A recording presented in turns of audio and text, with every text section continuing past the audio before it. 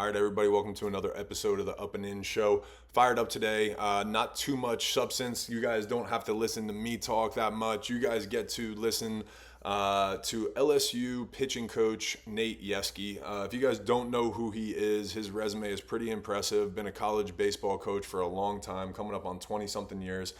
Been to the College World Series with 3 different teams. I think he's the only associate head coach or associate coach, non-head coach to be there with 3 different schools. And he's won a national championship. His pitching staffs are pretty badass, including this year. So we chopped it up a little bit about what he instills in his pitchers, kind of the landscape of what it's like to be a college pitcher, that transition coming from freshman, high school, coming into your freshman year and that kind of stuff. And we talked a little bit about their staff this year, and they have some stud pitchers. Their Friday and Saturday guys are pretty good, so we chopped it up about that. And just some other things, just a little bit about life and all the good stuff. So enjoy it. They're about to start a weekend series at South Carolina. If the Tigers take care of business, they could have a share of the SEC championship, but it's probably likely they're just going to finish second or third. But overall, go check him out. Nate Yeskie, he's the man. Enjoy.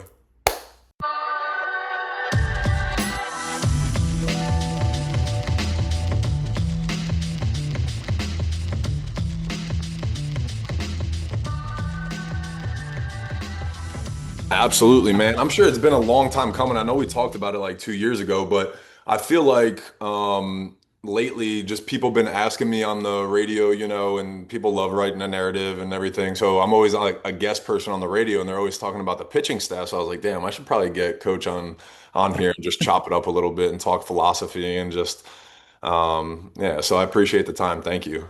Yeah, I think you know how it goes. I mean, you've been on the outside looking in, you've been on the inside looking out, and a lot of times what the reality of things are versus, the perception at times. Sometimes it's accurate and sometimes it's not. I mean, we try to protect the players and we protect the program and we protect the clubhouse. I think that's a hard thing at times for people to completely understand because while these guys are extremely talented and they've got a lot on their plate and are certainly expected to perform and that's coming from themselves too. I mean they signed up for it and they know what they're getting into in most cases. But trying to make sure that we look at this through the proper lens, just because I think a lot of times if somebody does well and somebody does well and somebody does well, if this continues at some point, it's he's going to have a rough go at it. It's just the nature of sports. Yes.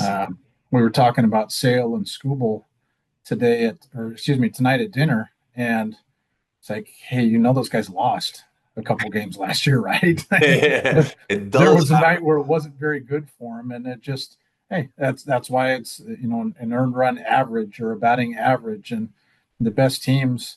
You have those freak years like Seattle has had, a while back, and the Yankees at times, and those things are great. But the reality of it is, it's usually the team that just is playing the best at the right time, and when those guys are gelling, meshing, and playing with such a thing, it's so funny. You talk to coaches that have been in Omaha, whose teams get knocked out, and they can almost tell you to 90%, 95, and in some cases 100% accuracy who's going to win it.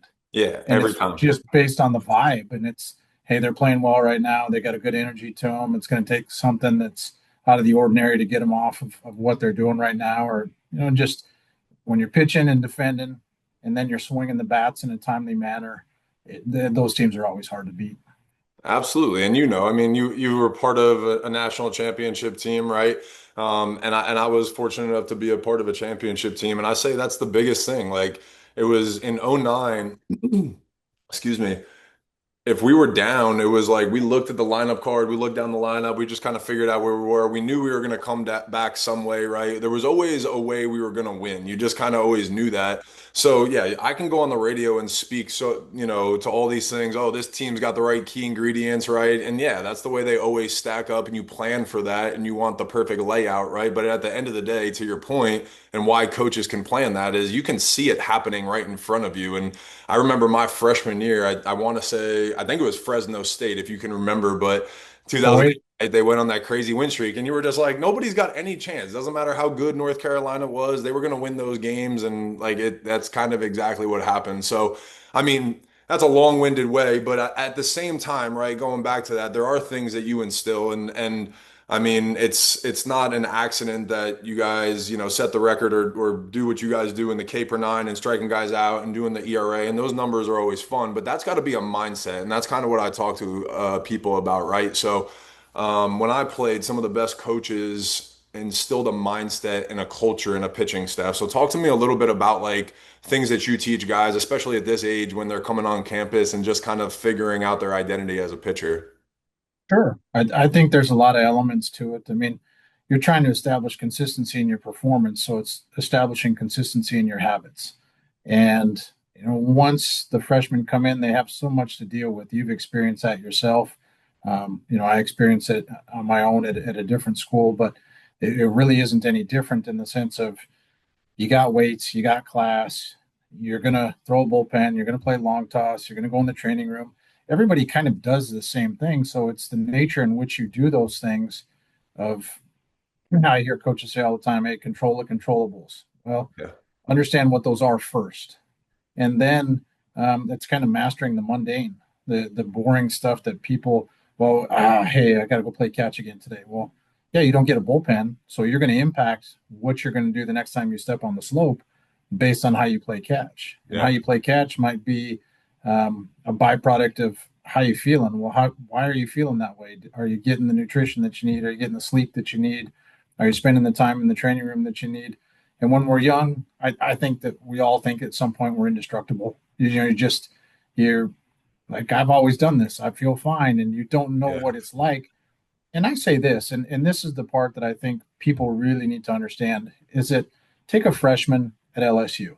You're putting him in to an environment where there are all kinds of echoes of names and performances and things like that, and guys who have been a part of this on so many levels. And they have this idea of how they want to perform and how they want to do these things and what they want to do. And that's great. I mean, all of those things should be in place.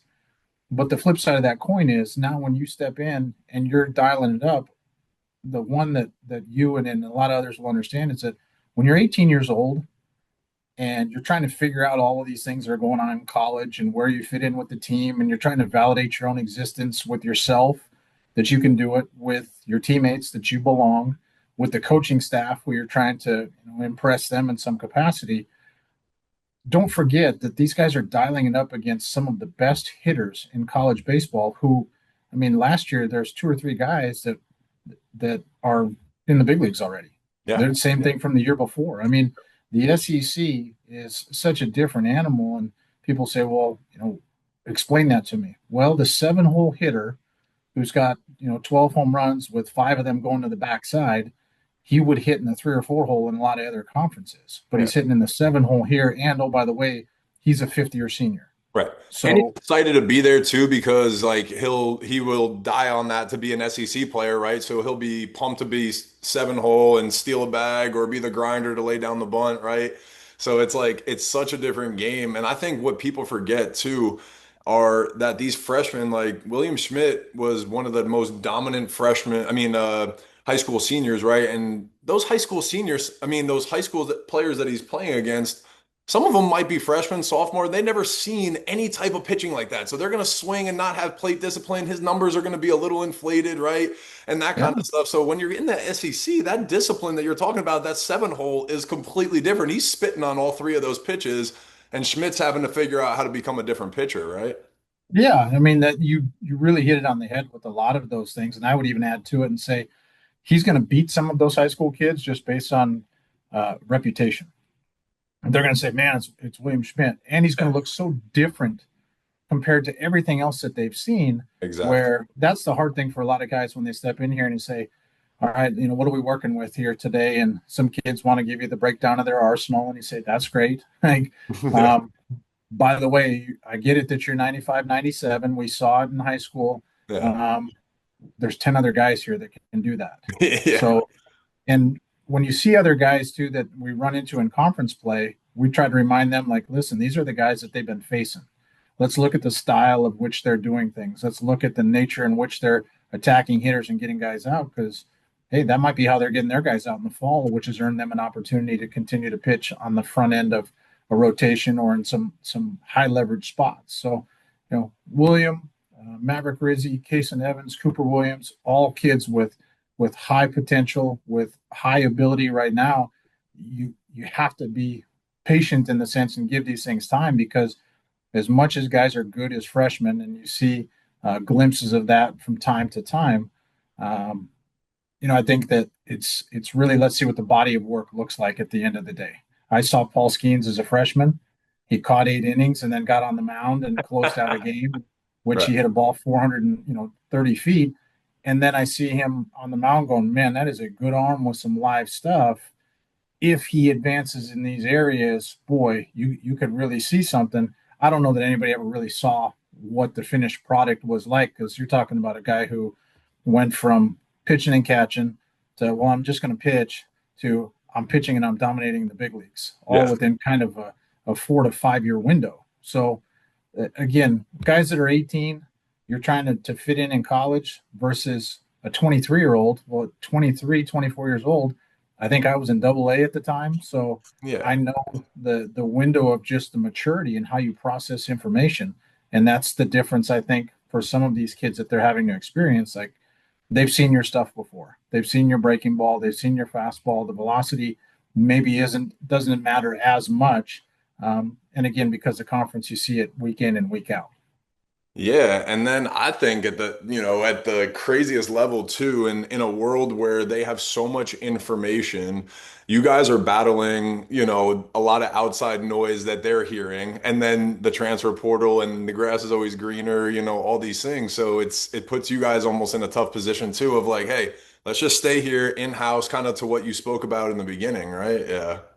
Yeah, I think you're always going to be met with whatever the challenges are that you have set out in front of you, and you're never going to be able to run from those things, no matter whether you're throwing at a facility and you're looking at some data, or you're throwing a bullpen at your high school. Like, it's still you executing what you have, and data will give you again a snapshot of what that looks like. But I think I saw something the other day where Adam Wainwright says, put me on a golf simulator and I'm going to measure out very well. I'm going to look like a tour pro, but can I actually play the game? Can I actually get the ball in the hole? I can hit it a mile and it's going to have massive club head speed and exit speed and everything's going to look the part. But when I got to stripe a 3 wood, and put it up on the putting green and have a chance to putt for birdie and all these other things, that's a whole nother animal. And that's, Yeah. I think, the good ones find a way to win and work with what they have on those days, because we remind guys all the time, you don't have to strike them out, which it's nice. You just got to get them out. Yeah. And at the end of the day, I remember watching a game when Timmy Lincecum was throwing, and I think he had 21 swings and misses at that point. And it was only like the 6th inning, and the Giants play-by-play guy said, "Now, in full, kind of transparency here, Kirk Reeder had thrown the night before, and he had 17 on the year." Oh And my this was, you God. know, this is where you're probably 10 starts into the season. And they're like, yeah, both of them are big leaguers. Both of them are effective in their job and what they're doing. Yep. And it's really understanding who you are, and then just making sure that what you have plays in an effective and consistent manner, because, you want to establish consistency. Everybody wants to know what they're going to get. And we kind of use that in our discussions with kids. Like, where do you like to go eat the most? They'll pick a restaurant. Why do you go back there all the time? Food's good. Service? Yeah, it's nice. How's the atmosphere? Really like it. Well, you go back there every time because you know what you're going to get. And that's what we're trying to get them to do, is establish the same type of consistency with the work that they put in each day. And then that will allow their skill set to come out. So, there's cultural elements to it. There's a cohesive element to it. I really like those guys being a close knit unit. And I think that anytime that you have a coach who's coming in, you're always trying to instill those things, and it should get better as it goes along. And Kade Anderson's had a year with me. He has actually brought Anthony Ianson along in a hurry, and Anthony's done a lot of the heavy lifting on his own too. Wow. But Cade has gone so far as to um, try to help out the freshmen. And I've encouraged them, hey, watch these guys, watch what they do. Zach Cowan, you can put into that conversation, and there's others as well. And I think that it's starting to permeate to each guy, and they genuinely like being around each other. They have a fun time, and it's our job too to create a good environment for them to operate in Yeah. with structure, and then give them some freedom to operate within that environment, and then establish some direction for each guy because of what they do in a unique fashion. Wow.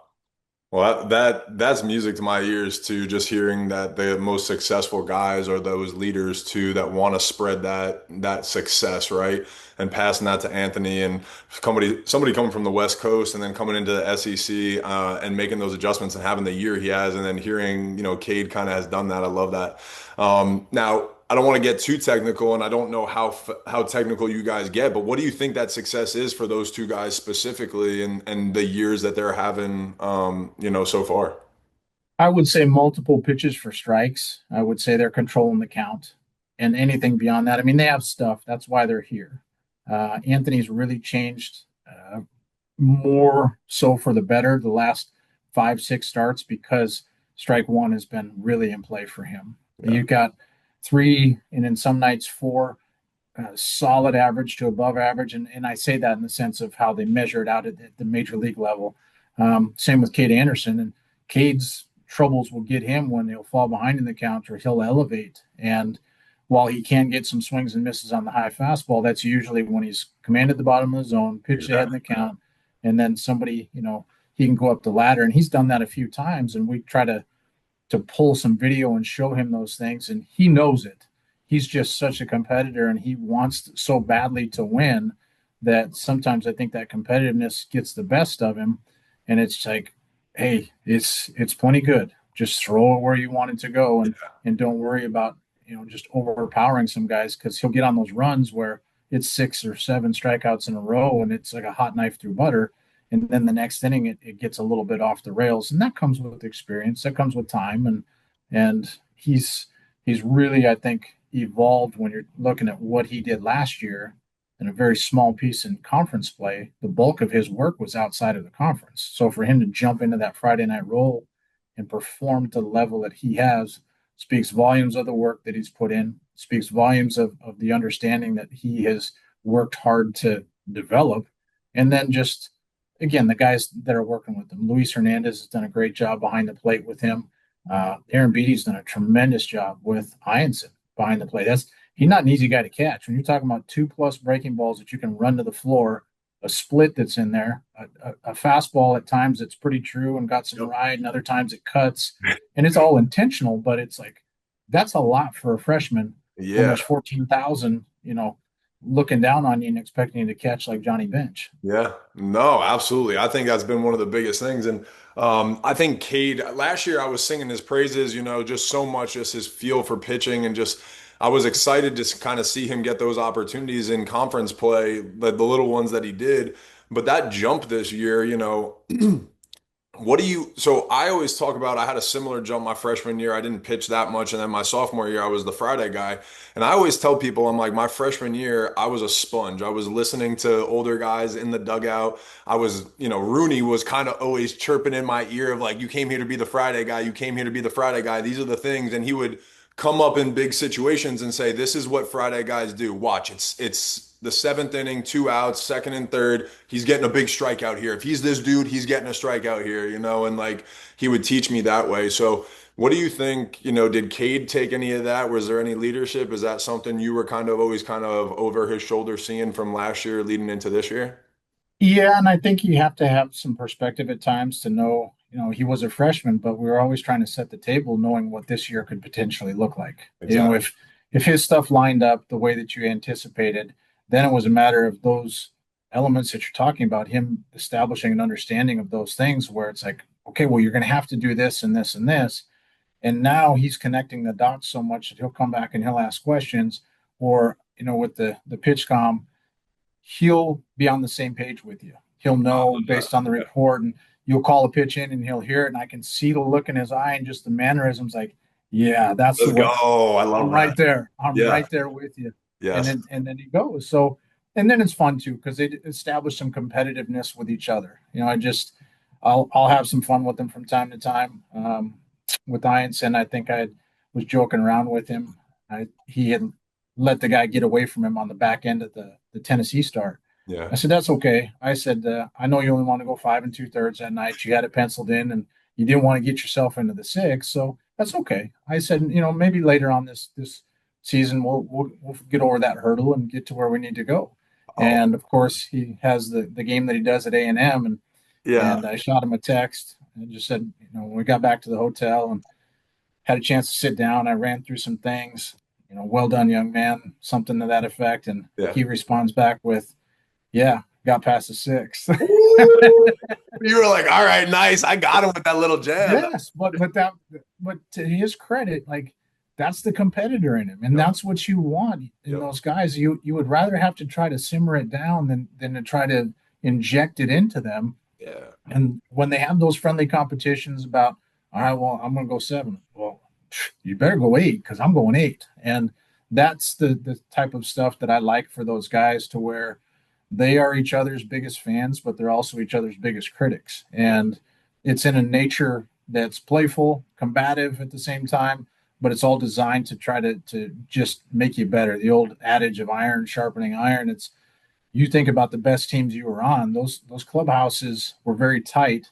There was probably a lot of things that were slung around from comments, from one player to another, but it was of the sense of I can say that to him because that's my brother, that's my teammate, that's my guy.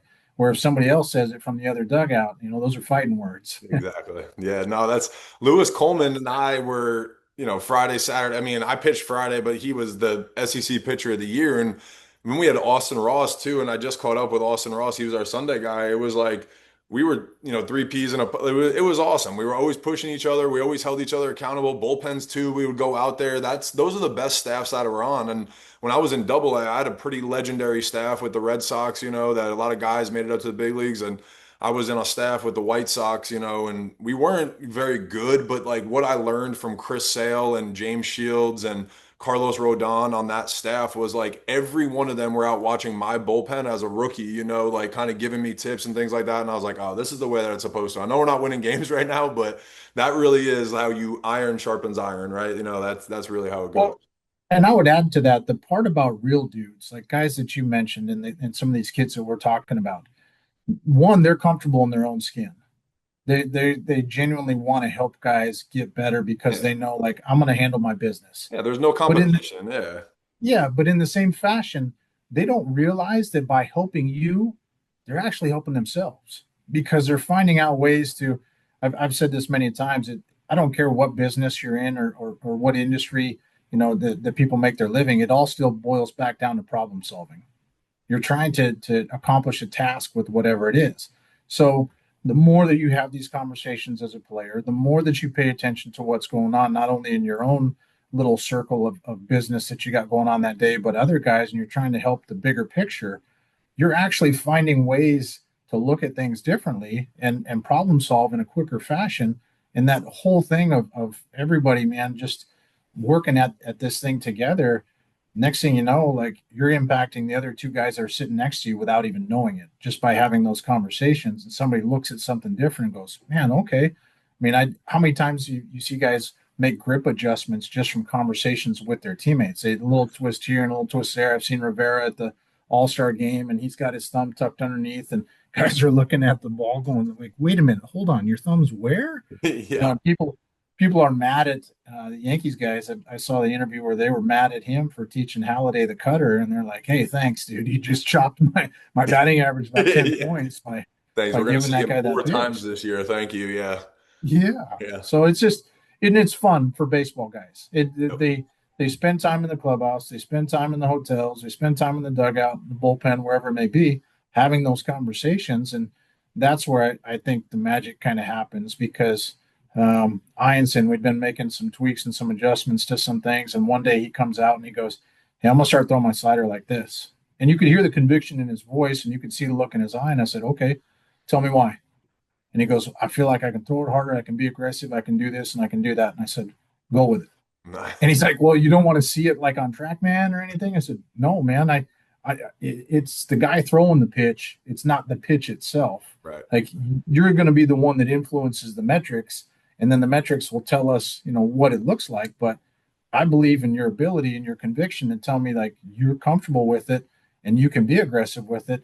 And we've seen the byproduct of that because, boy, it's really been kind of an effective pitch against lefts, rights, and can almost throw in any count. Yeah, he's got weapons, dude. He's fun to watch. And that's like you said, the conviction is the most important part, right? I tell people that all the time.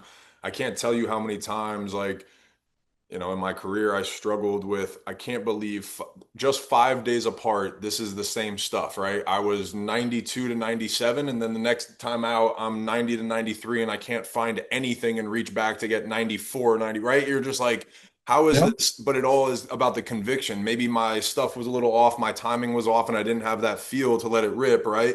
And it's all about that conviction with your feel, your whatever it is. So, no, I agree, and I mean, I feel like I could nerd out for hours talking to you about this stuff. So, I love that you're teaching these kids that. It's been fun to watch them grow. I've been a little bit of a fanboy for Kade Anderson, so for me to watch him kind of grow into that guy this year has been really fun.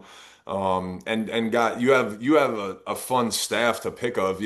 Before I let you go, I just kind of want to talk about some of your arms that you guys got coming out the pen because. I mean, some of the raw stuff that you guys have, is it sometimes hard to kind of mix and match and know where guys go in roles? And how much does the postseason or like this time of the year kind of set up where guys are in those roles at the end of games? Yeah, I think sometimes your opponent dictates that too, just because somebody may not handle left-handed breaking ball very well, and you want to have that shot in your bag, almost like a golfer would. Yeah. Sometimes it's the sinker guy that gives teams a problem, and you want to have that guy, and where are those spots that you can deploy those guys, and don't don't forget the offense can dictate some of those things at times too. When you're talking about pitch selection and you got a 5-run cushion, you can be, a little more free will with trying Absolutely. to do something here. Okay, it's 2-0, I'm going to flip a breaker here. Yeah. Or it's 2-0, I'm just going to run a heater at this guy Yep. because, if he gets a swing off, he's still got to do something with it. And some guys overswing and get themselves out. So there's a lot of angles that you're trying to look at it from. But as far as the guys that are coming out of the back end, I mean, Evans has been, pretty good in that role. He's been pretty good a couple of starts. Yeah. Zach Cowan, he's the epitome of pitching. Like he just, it's a little bit in, a little bit further in. Now I'm gonna go away. Now I'm gonna go up the ladder. I'm gonna go back down, and he's been very effective. And talk about competitive. He doesn't divulge too much. I always say, man, I don't ever want to play cards with you because he just steady heartbeat. But boy, passion to win and like many great competitors, I mean, he'll cut your throat the first chance he gets, Yeah. and not literally, but he's going to try to take it out of you as Yeah. fast as he can because he wants to win too. And as we see some of these other guys carving out some pieces to what they're doing, really it's them versus themselves and not them versus who we're playing. We always try to stress it. It's how we play, not who we play. And if you make your pitch, you're probably going to be in pretty good shape because you've gotten our guys out. You obviously have the stuff. That's why you're here. So it's just carving out some of those spots for those guys to do it. So you're not putting them in a pinch where, it can get away from them a little bit. And I think that's the hard part at times, keeping that perspective just because, okay, you win 2 out of 3 on a big weekend. Maybe one slips away and you go, but you go back and you really only pull back 3 or 4 pitches. That's the thin margin of the game. Yep. And if one of those pitches goes a different direction, hey, maybe you're on the high side of it. Yep. But on the flip side of that coin again, you won one of the games earlier in the weekend for the same reason. Yeah, You exactly. made one of those pitches, and it just comes with experience. It comes with time. Your second year, as you said in college, were you really that much better? Or did you just have a better understanding of yourself and what you needed to do? Yeah, It's exactly. and it's not to suggest that you didn't work hard and get better at certain Right. things, but when you came in year 2, you knew what to expect. You knew what a bullpen session was going to look like. You knew what playing somebody in conference was like and what the full stadium looks like, and the place being rocking on a Friday night. You're like, okay, I got this. Yeah. So it just I think it's easier that time around, and I think that's why I grew up watching David Cone. I think the nickname was the assassin, and a lot of guys would go get him at the trade deadline because he had playoff experience. Yep. And it was never going to be a moment that was too big for him to say, hey, man, are we sure? No, you knew what you were going to get again. So, He was the best. Toronto wanted him. The Yankees wanted him. Everybody was trying to hook him at the right time to bring him in because you're going to get 6 to 8 innings of extremely competitive pitching and a guy who's going to impact your team and your clubhouse because he was familiar with what it took to win. And that's, I think, the biggest thing instilling to these guys because as we've all experienced as older players, there comes an expiration date for the game from a playing standpoint. And it's not just teaching them how to win ball games, it's teaching them how to win in whatever they're doing because we want this program to remain this way for many, many, many years to come. The work and the effort that's been put in by the players and by the coaches that have come here before, it's our responsibility to continue to really keep that where it is. Just embrace the challenges that come with it and continue to go because, I mean, it's the gold standard. It really is, and for so many reasons. And I think a lot of times when kids are like, "Man, LSU, holy cow," and it still has that same impact on people today that it did 20 years ago. Shoot, 30 years ago. And I remember being around Skip, being at the old box playing games in '96. I mean, that it still feels that energy when you go out there and that place is rocking. Man, it's nostalgic, but it's also very impactful at this time too because it's a new generation of players. The Kade Andersons who grew up in Louisiana, it means something to them. The guys like Anthony Ranaudo who come from California, he's aware of what it is. Luis Hernandez, LSU's his dream school. The guy's from Puerto Rico. I love that. I mean, yeah. So, trying to create that environment again for those guys and really honor the past by trying to move this thing forward and keep it at the forefront in the present. Nah, well, you guys are doing a great job, man, for real. I've been singing your praises on the radio. I'm really happy that, I'm fortunate that you took some time to chop it up with me on this because you guys are doing that. And a kid from New Jersey that's lived down here, this year I actually made more than half my life. I've lived in Louisiana now. So, but again, it goes back to, right, the family. It's and the reason I love going back to the box, it's the reason I can have a podcast and people care what I say and talk about and can go on the radio. It's the reason I'm able to start some gyms and have other businesses in town. And to your point, right, of pitching and guys battling themselves and learning things in life, it all goes back down to problem solving. You talked about that earlier, right? And that's every day when I have a business, I wake up and I'm just putting out fires, right? I'm just problem solving. That's all it is. Sure. So at the end of the day, we're all trying to do the same thing still, and it all comes down to it. So you guys are doing a great job. You guys are representing the brand amazing. Guys like Luis, are coming down here, and it is a global brand, and you guys are doing a great job in representing as well. So I appreciate you. Well, I appreciate you having me, and it's humbling to be a part of something like this. I mean, this is something that a lot of people don't get to do, and we try to remind guys that all the time that we literally get thousands of emails over the course of the year from kids and coaches and anybody that has a name. Hey, I got a guy. Hey, I got a guy. Everybody. And when exactly. when it boils down to it, and you're looking at your roster, like the 15 to 18 to guys that throw for you, the 20 guys that are on your position player side, whatever it is, there might be only 20 position players that they're fortunate enough in the world to get to wear that uniform. There's only 15 or 20 arms that are fortunate enough to get to put that uniform on. So again, I think it's keeping it in perspective for those guys and then just go like heck because you only get so many years to do it as a player. And if you're fortunate enough to win one, as you know, it's I don't know how to describe it. It's incredible in the sense of everything that you think it is, and then that much more. Because I feel like every year after too, you just appreciate it so much more because it was so hard to do too. Oh, it's difficult. You realize that you were lucky in some aspects. You caught a break somewhere else. You created a break for yourself. You played well. There's a lot of elements that go into it, and it's crazy because you think about how much fun you start to almost feel in your stomach like we're about to dogpile. Yeah, we're going to dogpile here.